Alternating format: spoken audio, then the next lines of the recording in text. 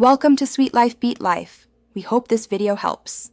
In this video, I will explain how to study effectively as an engineering student step by step.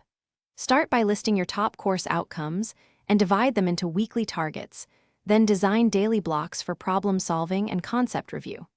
Prioritize practice over passive reading, use past exam questions, and explain solutions aloud to find gaps.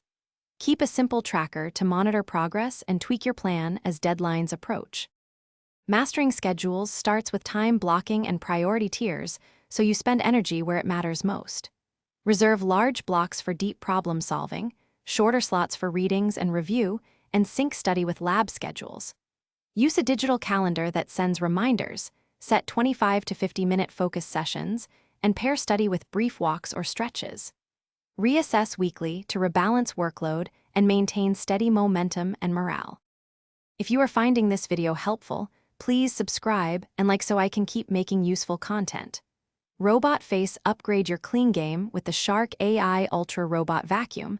Voice control makes tidying effortless and frees time for study. Check the description for the link and other deals, and imagine coming back to a neat room after long lab sessions. Thanks for the support. Now let's get back to the video.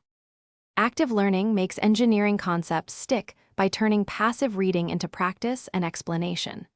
Solve varied problems, simulate experiments, and sketch diagrams to visualize systems.